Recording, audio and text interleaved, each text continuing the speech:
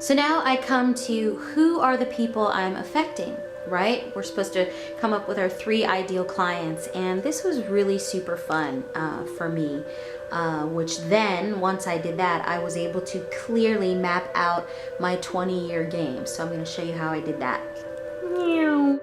So check this out. This is one of the first crews of amazing women that I'm going to work with.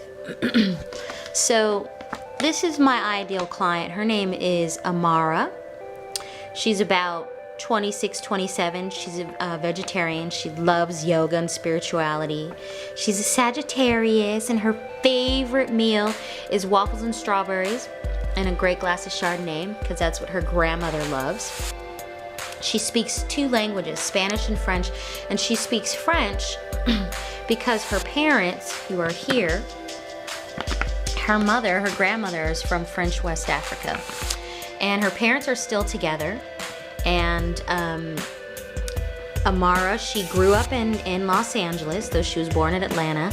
She grew up in LA. Her father is in the film industry, and her mother is a writer and makes jewelry. They're pretty well-to-do people, if you can't tell. Grandmama's still around. She's fierce, and they follow the Buddhist path. Amara's really tight with her family. Her big sister and her husband own a fancy restaurant in Santa Monica, and her baby sister, Amara and her baby sister and her mother are just about to open a line of organic skincare products for women of color. Okay? She's an incredible lady. She's got a degree in communication and design. Even though she grew up in LA, she lives in New York right now.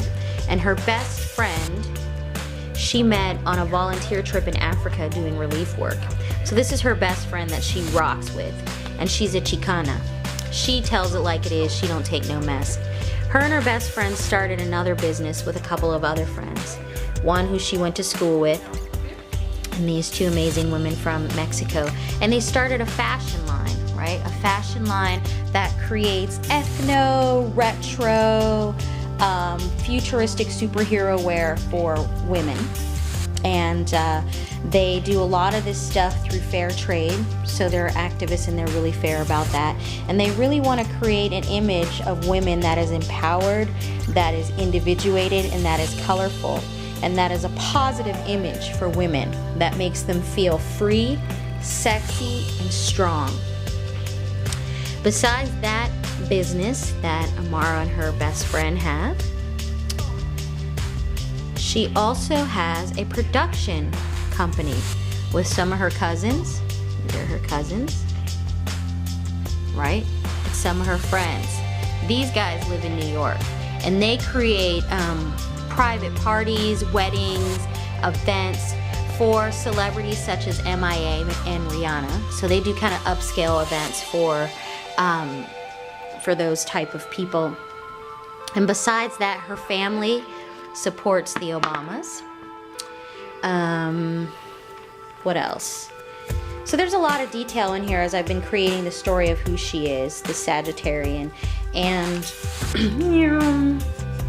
what I found really cool about that process of actually giving her a name and creating her family is I could find the history of her and the kind of energy I wanted to develop. And what I can offer successful young women as a role model, as her big sister, yet who looks young, so someone they can relate to, is a really great way to stay connected to themselves and stay empowered as they bring good work out into the world to represent women.